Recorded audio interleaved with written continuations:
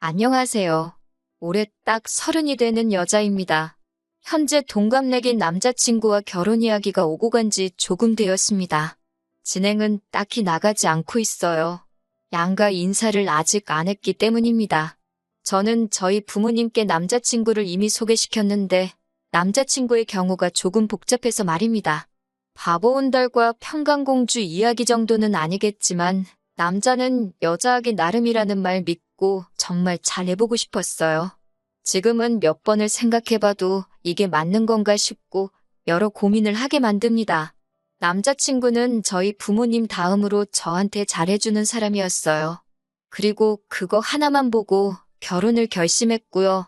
그런데 남자친구한테는 저보다 더 소중한 사람이 있었네요. 그건 바로 남자친구의 어머니입니다. 부모님이 소중한 건 당연한 일이에요. 그게 잘못된 거라고 하는 말이 아니에요. 저 또한 결혼 후에 부모님께 효도는 당연한 거라고 생각하는 바이고요. 부모님이 계셨으니 현재 제가 있는 거고 받은 만큼 갚아드리는 건 당연한 거 아니겠어요? 제가 내로남불을 하겠다는 게 아닙니다.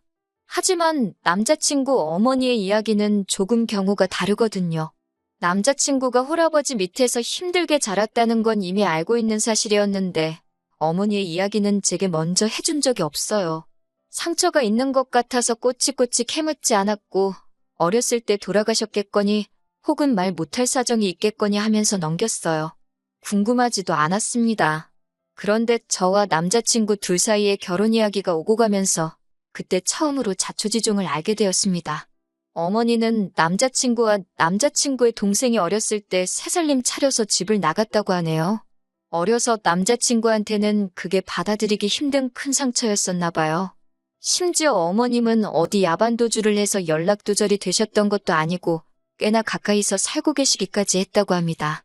동생이 조금 자라서 엄마 찾으며 땡깡 부릴 때 남자친구가 동생을 데리고 어머님을 찾아가기까지 했었는데 어머님은 어린 자식들한테 찾아오지 말라고 단호하게 이야기를 하셨다고 했다고 하고요. 그냥 그런 슬픈 과거사가 있거니 생각했는데 남자친구의 말에는 어머님을 향한 반발심보다 그리움이 더 커 보였고 아버님에 대한 반발심마저 느껴졌습니다. 저는 남자친구의 말이나 행동에 조금 이상하다는 느낌을 받았어요. 어머님을 그리워할 수는 있지만 그렇다고 아버님을 증오할 필요까지는 없어 보였거든요. 어쨌든 지금의 남자친구가 있기까지 어머님의 도움 없이 자식들 키워낸 아버님의 공이 컸다고 생각하거든요. 충분히 갚아야 할 은혜라고 생각하는데 남자친구는 동생만 아버님 품에서 독립을 하고 나면 아버님은 국물도 없다는 식으로 말을 했어요. 결혼 이야기가 오고 가는 와중이기는 하지만 어쨌든 그때까지는 결혼한 사이도 아니다 보니 남의 집안일에 괜히 상관하고 싶지 않아서 말을 아꼈는데 자세한 내막을 알고 보니 남자친구는 취직을 한 이후부터 어머님하고 지속적으로 연락을 하고 있던 상황이라는 걸 알게 되었어요. 연애하는 동안 저는 남자친구를 이미 부모님한테 인사를 시켰던 상황이었는데 남자친구는 도통 아버님께 저를 인사시키는 자리를 마련해주지 않았거든요. 그런데 어머님 이야기를 제게 털어놓고 난 뒤부터 남자친구는 계속해서 저를 어머님한테 인사시키고 싶어 했습니다. 솔직히 많이 혼란스러웠어요. 인사를 한다면 저는 당연히 지금의 남자친구가 있도록 키워주신 아버님을 먼저 뵙는 게 순서라고 생각했거든요. 그런데 그걸 생략하고 어머님을 먼저 인사를 시키겠다는 거잖아요. 그런데 남자친구는 다짜고짜 아버님은 결혼식 때 부르지도 않겠다는 선언을 하는 겁니다. 혼주석에는 어머님이 오실 거고 아버지와는 연을 끊고 지내겠다고 하는 거죠. 지 결혼이니까 지 마음 가는 대로 하고 싶은 건 알겠는데 자초지종만 들었을 때 어머님이 바람이 나서 피부치 같은 자식들 남겨두고 새살림 차렸을 때 그때 이미 혼주석에 앉을 자격을 잃은 거나 마찬가지라는 생각을 갖고 있었기 때문에 남자친구의 발언이 조금 충격적이기는 했습니다. 결혼이 남자친구와 제가 좋아서 하는 것도 있지만 어쨌든 양가 집안이 하나가 된다는 의미가 더 큰 부분이잖아요. 호적에도 당연히 아버님 밑으로 올라가 있을 텐데 저렇게 막무가내로 나오니 뭐라 할 말이 없더라고요. 말 못할 사정이 있어서 그러냐, 왜 그런 생각을 가지고 있느냐 물어봤는데 그건 일단 자기 어머니부터 만나보고 그러고 나서 말을 해준다고 하기에 일단 알겠다고 했습니다. 그리고 얼마 지나지 않아서 남자친구 어머님한테 인사를 드리러 다녀왔고요. 남자친구 어머님, 첫 인상이 참 강렬했어요. 제가 속으로는 아버님 편이라서 그런가 나이가 많이 젊어 보이시기는 했는데 꾸미고 다니시는 게 문제는 아니지만 그런 것마저도 제 눈에는 좋아 보이지 않았습니다. 50대 초반이시니까 정말 20대 되자마자 결혼하셔서 남자친구를 가지셨던 거죠. 어머님의 자기소개는 충격의 연속이었습니다. 그때는 세 살림 차려서 나가셨지만 지금은 또 혼자 지내고 계신다고 하셨고요. 자기가 워낙 개방적이라서 자유로운 만남을 추구하는 사람이라는 말까지 덧붙이시면서요. 얼마 전까지는 남자친구 동생과 아버님이 계시는 곳 같은 지역에서 터전을 잡고 살고 계셨는데 최근에 골프 치다가 알게 된 사람 따라서 서울 근처에서 올라와 계신다고 하셨습니다. 마침 집도 근처니까 며느리랑 이렇게 해서 셋이 자주 보면 되겠다고 하시면서 웃으시는데 솔직히 어머님이 저를 며느리라고 부를 자격이 있다고 생각하느냐 따지고 싶었지만 긴 말 하지 않았어요. 괜히 제가 분위기를 박살내고 싶지는 않았거든요. 졸지의 시아버지만 3명이 생겨버린 이 상황을 웃으면서 넘겨야 하는 건지 이건 아니지 않냐고 솔직하게 내 의견을 말해야 하는 건지 정신이 하도 없어서 표정 관리도 똑바로 못하고 있었습니다. 그런데 남자친구와 이미 이야기가 되어 있던 건지 제가 먼저 묻지도 않았는데 아버님과 헤어지게 된 과거 이야기를 하나씩 술술 풀어놓기 시작하셨어요. 그때는 어려서 아무것도 몰랐다. 남자친구 아버님한테 사기를 당한 거나 마찬가지다 하시면서 침몰하고 있는 배에 같이 타서 둘 다 인생 종치느니 나라도 잘 돼서 애들 챙겨줘야겠다 싶어 새살림 차려서 나간 거라고 하시고 막상 새살림을 차렸더니 그 집구석에서는 애들도 못 만나게 하더라. 내가 뭔 힘이 있겠냐. 일단 나라도 살고 봐야 훗날을 도모하지 않았겠냐.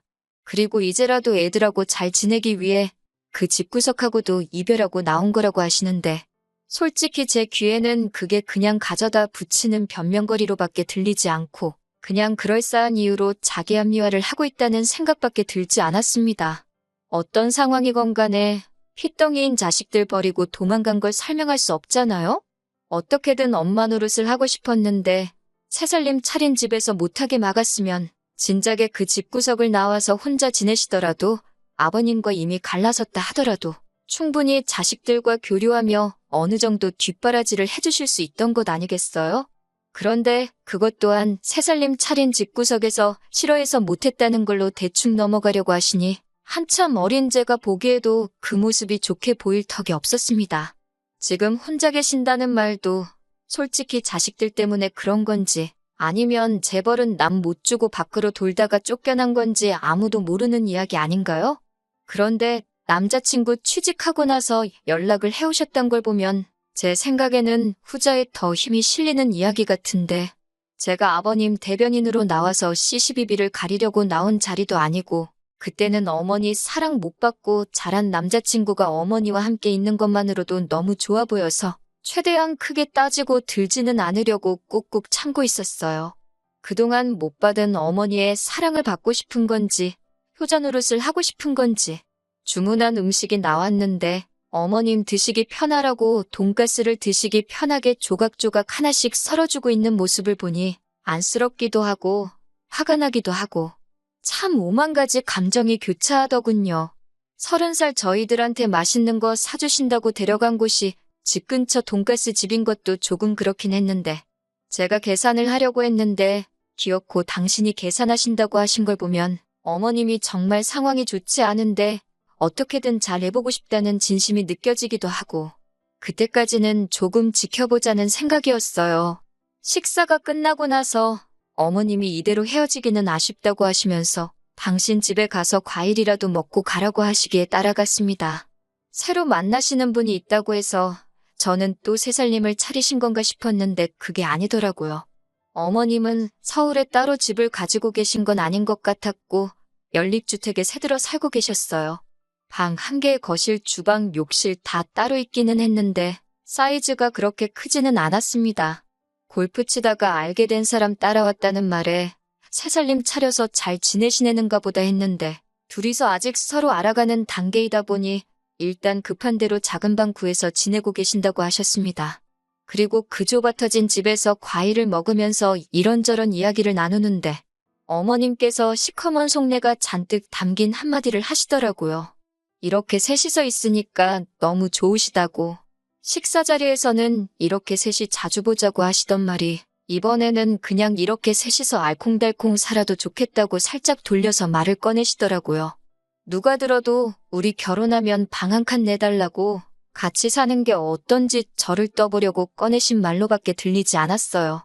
남자친구는 어머님 속뜻을 알고 그러는 건지 모르고 그러는 건지 그러면 참 좋겠다고 동조하면서 해실해실 웃고만 있었고요. 집에 돌아오는 길에 저는 이미 느낌이 쎄해서 이 결혼을 해서는 안 되겠다는 생각이 들었습니다. 그래서 남자친구한테 솔직하게 대답해달라고 하고 단도직입적으로 물어봤어요. 혹시 너 지금 결혼하면 어머님 모시고 살고 싶어서 밑밥 가는 거냐고요. 그러니 남자친구는 그게 무슨 소리냐입니다. 어머니는 어머니 인생이 있고 우리는 우리 인생이 있는 거 아니겠냐고 선은 확실하게 긋더라고요. 어머니는 지금 만나는 분도 계시고 한데 왜 우리랑 사시겠냐고 하면서 오히려 그런 질문을 한 저한테 지금 무슨 생각을 하는 거냐고 화를 내더라고요. 그래서 솔직한 제 심정을 이야기해줬습니다. 내가 느끼기엔 어머님이 우리가 결혼하게 되면 같이 살고 싶어 하시는 것처럼 보였다. 오늘 내 반응을 봤다면 알겠지만 솔직히 너 키워주신 아버님 무시하고 어머님이 혼주석에 앉아 계시게 하는 것도 맞다고 생각하지 않고 오늘 자리가 여러모로 나한테는 불편한 자리였다. 이런 식으로 그간 속안에 담아두었던 이야기를 다 꺼냈지요. 취직 후부터 연락을 하고 지냈다고 하는데 그러면 이제 2년 정도밖에 안 된 거거든요. 같이 사는 것도 아니고 어머니가 새로 만나시는 분 알고 나서 여기 올라오신 지는 또 반년 정도밖에 안 된 건데 언제부터 그렇게 어머님을 잘 알았다고. 남자친구는 우리 엄마 그런 사람 아니라고 하면서 저보고 너무 나쁘게만 보지 말라고 하는 겁니다. 사실 아버님이 다 잘못한 거라고 어머님 편을 들면서 말이죠. 아버님이 애초에 어머니한테 잘했으면 어머니가 자기랑 동생 두고 새살림 차릴 필요도 없었던 거 아니냐. 자기가 지금 이 자리까지 오게 된 것 또한 아버님 덕이 아니라고. 다 자기가 잘해서 여기까지 온 거 아니겠냐고. 그러니 그건 자기가 잘했기에 다 자기 덕이지 아버님 덕이 아니라고 하는 말인 겁니다. 누가 들으면 태어나자마자 지 혼자 벌어서 공부하고 학원 다니고 대학 가고 그랬는 줄 알겠는데 그건 또 아니거든요. 대학 생활을 서울에서 자취생활하면서 학자금 대출도 없이 아르바이트도 안 하고 지냈는데 그걸 어떻게 자기 덕이라고 할 수 있나요? 제가 세상에 너보다 어려운 환경에서 이룰 거 못 이루고 하고 싶은 거 시작도 못 해보고 포기하는 사람들이 한두 사람이 아니라고 복 받은 줄 알고 아버님한테 잘하라고 한마디 했습니다. 그랬더니 갑자기 혼자 욱해서 네가 내 자라온 과정을 아냐 마냐 하면서 울분을 쏟아내더라고요. 근데 딱히 와닿지도 않는 게 솔직히 저도 부모님 밑에서 부족함 하나 없이 자라왔지만 저 또한 속에 담아둔 부분도 있고 불만 가졌던 부분도 있고 그 정도는 다들 한두 개씩 있는 게 아닌가 싶고 그냥 어리광에 투정 부리는 걸로밖에 안 들렸어요. 주로 하는 말에 요지는 결국 자기랑 자기 동생을 엄마 없이 자라게 했으니 전부 아버님의 잘못이고 죄라는데 너보다 더 힘들게 사는 사람이 대한민국의 수두룩백백이라고 일침을 놔주고 싶었지만 더 말해봐야 제 입만 아프고 또 같은 소리만 반복하겠다 싶어서 그날은 그만 이야기하자고 말하고 그냥 집에 돌아왔어요. 며칠 동안 만나자는 남자친구 연락을 이 핑계 저 핑계 대면서 피하고 혼자서 곰곰이 생각해보다가 결국 결론이 나지 않을 것 같아서 이렇게 사연을 적어봅니다. 남자친구의 어머니를 향한 그리움이 저렇게 뒤틀린 효심이 돼버린 것 같아서 걱정입니다. 이거 아무리 생각해도 결혼 잘 못하는 것 같은 생각이 들어서 고민이 많습니다. 한편으로는 다른 사람도 아니고 자기 어머니 일이기에 충분히 저럴 수 있다는 생각도 들고요. 정말 4년이라는 긴 시간 동안 연애하면서 저한테 화낸 적 단 한 번도 없었던 자상한 사람이거든요. 정말 성실하고 아버님이 혼자 지방에서 몸쓰는 힘든 일 하시면서도 남자친구 서울에 대학 보내고 자취시키고 할 정도로 공부도 잘했고 솔직히 흠잡을 곳 하나 없는 사람이거든요. 덕분에 남자친구의 아버님이 공이 더 크다고 생각하기도 하고요. 아무리 생각해도 저 혼자서는 도무지 답도 안 나올 것 같아서 여러분들 의견 좀 들어보려고 이렇게 사연 하나 보내봤습니다. 안녕하세요. 정확히 3주 만에 다시 찾아뵙네요. 이 상황을 두고 고민했던 제 자신이 다 바보 같다고 느껴질 정도로 치가 떨립니다. 결론부터 말씀드리자면 남자친구 머리채 한 움큼 뽑아버리고 거지 같은 집구석 탈탈 털어버리고 헤어졌어요. 지금은 깔끔하게 정리가 다 된 상태예요. 그렇게 엄마가 좋았으면 애초에 아버지랑 살지 말고 지네 엄마랑 붙어 살지. 아버지한테 받아먹을 건 다 받아먹고 이제 와서 왜 저러는지 정말 모르겠네요. 생각을 정리할 시간이 필요했기에 남자친구와 그동안은 되도록 만나지 않았습니다.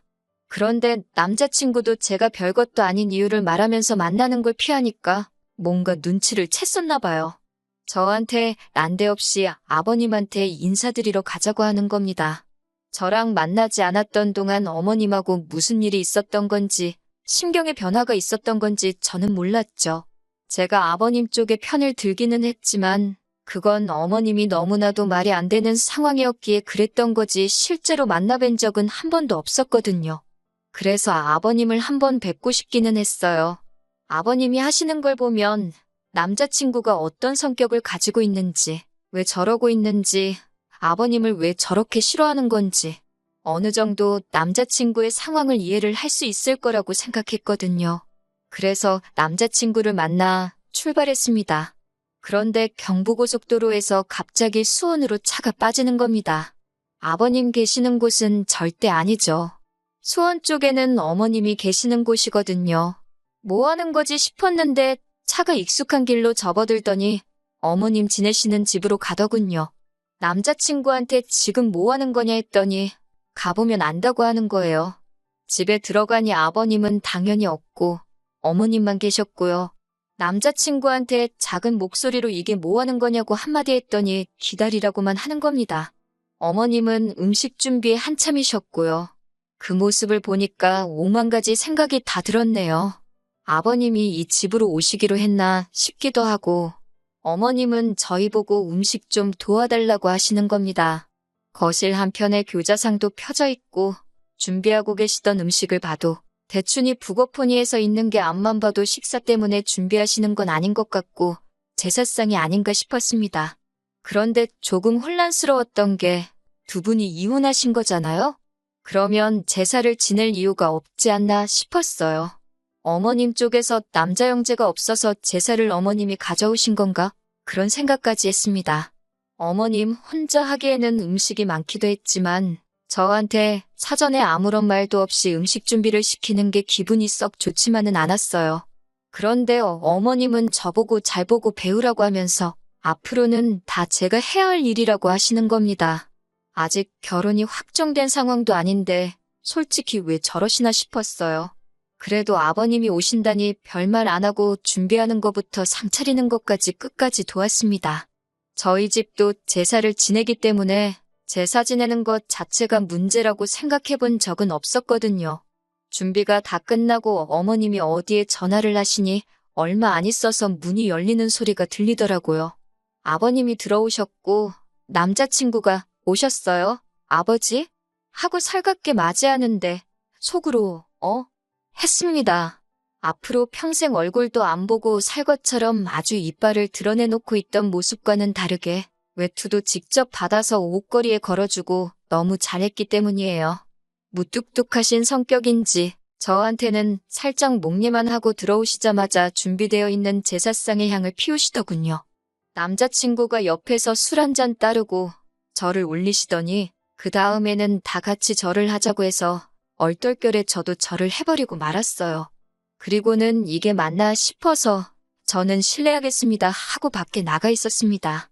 제사가 다 끝나고 나서 저보고 뒷정리를 도우라길래 일단 저도 도왔어요. 이때까지만 해도 저는 정말 아무것도 몰랐습니다. 이윽고 네 사람이서 식사가 시작되었어요. 아버님이 과묵하셔서 그런지 식사 자리가 분위기가 조금 무거운 편이었습니다.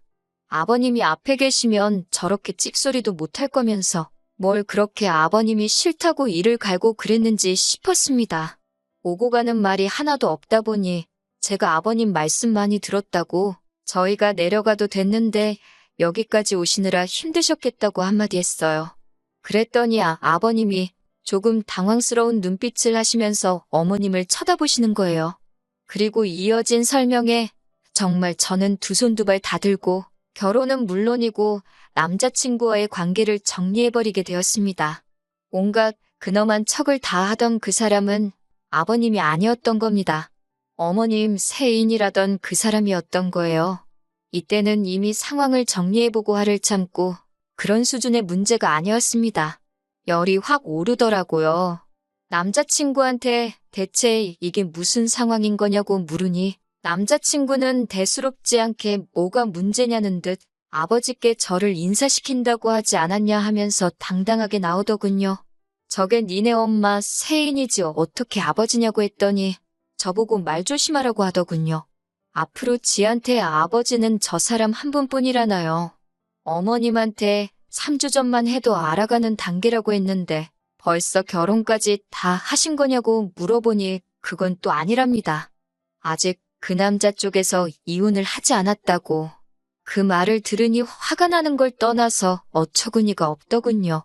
그러면 저보고 지금 생판상관도 없는 사람 제사 준비를 시킨 거냐고, 그리고 앞으로 제가 하게 될 테니 배우라고 한 거냐고 따져 물었어요. 그러니 이번에는 어머님이 나서서 저한테 통사정을 하는 겁니다. 제가 잘 도와줘야 한다는 거예요. 자기가 그 남자분하고 잘 되려면 제사를 이어받아야 한다고요. 그러면 그분이 지금의 부인과 이혼을 하고 그리고 나서 자기와 결혼을 해줄 거라고 하는 겁니다. 그러면서 자기가 안정적으로 정착을 하려면 저랑 남자친구가 잘해야 한다는 거예요. 어머님의 세인은 애초에 제가 남자친구랑 분위기가 안 좋아지기 시작할 때 몰래 외투 챙겨서 밖으로 슬금슬금 나가던데 알고 보니 자리를 피해준 게 아니고 분위기가 이상해지니까 아예 집으로 꽁지가 빠지도록 내빼버린 상황이었고요. 정말 토시 하나 틀리지 않고 어머님한테 지금 제정신으로 하시는 말이냐고 한마디 했습니다. 어머님이 잘 되기 위해서 지금 남의 집 귀신을 아직 결혼도 안 한 예비 며느리한테 떠넘기는 거냐고요. 제가 따따따 쏘아붙이며 어머님을 몰고 가니 남자친구가 저한테 버럭 소리를 지르더군요. 시어머니한테 말버릇이 그게 뭐냐고요. 그러면서 지금 이 상황이 전부 다 제 탓인데 저보고 그것도 하나 이해 못해주는 거냐고 적반하장으로 나오는 겁니다. 너네 집이 콩가루인 게 왜 내 탓이냐고, 어떻게 그걸 내 탓이라고 할 수 있느냐고 했어요. 그랬더니 남자친구가 이유라고 설명한다는 말이 제가 어머님하고 합가할 생각이 없다고, 그건 싫다고 했지 않느냐고 하는 겁니다. 그러니 어머님이 하루라도 빨리 새살림을 또 차려서 첩질하는 게 아니라 그 집 구석 안방마님이 돼야지 자기도 안심하고 저랑 결혼을 할 수 있다는 거예요. 아주 속된 말로 이 정도면 아주 연병을 넘어서 예술이 아닌가 싶더라고요.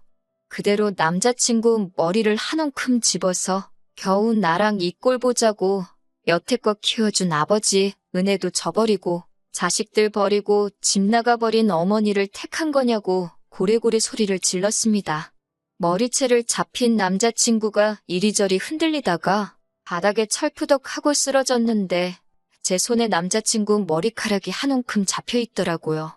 나자빠져 있는 남자친구를 봐도 성질이 안 풀리길래 어머님한테도 사람이 그러는 거 아니라고, 염치가 얼마나 없으면 자식들 앞에 다시 나타날 생각을 하시냐. 자식들로 모자라 멀쩡한 집안 파탄내고 예비 며느리 등골까지 빨아먹으면서 살고 싶냐고 염치 좀 찾고 살라고 했습니다. 남자친구와 연락 없이 지내던 3주 동안 저도 어느 정도 마음 정리가 끝나가던 상황인지라 그렇게 집안을 아주 뒤집어 놓고 나오는데 신기하리만치 아쉬움이 전혀 없었고 오히려 깔끔하게 다 털고 정리해버릴 수 있었다는 사실에 속이 다 후련하더군요. 평소였으면 연락이라도 몇 번 왔었을 텐데 그동안 아무런 연락도 없는 걸 보니 잘못을 뉘우친 건지 아니면 남은 인생 이제 엄마한테 등골 쪽쪽 빨리면서 살기로 결심한 건지 저한테 아무런 연락이 없네요. 차라리 잘 된 것 같아요.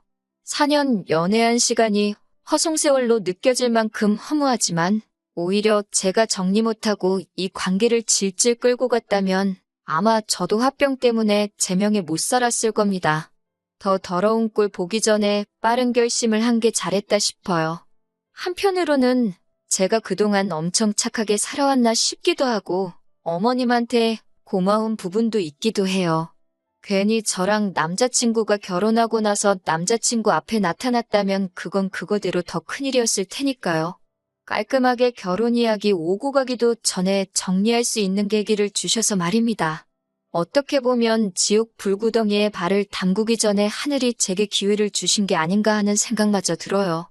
이런 기회를 주신 것에 대해 항상 감사하며 앞으로도 항상 착한 일만 하면서 살아야겠습니다.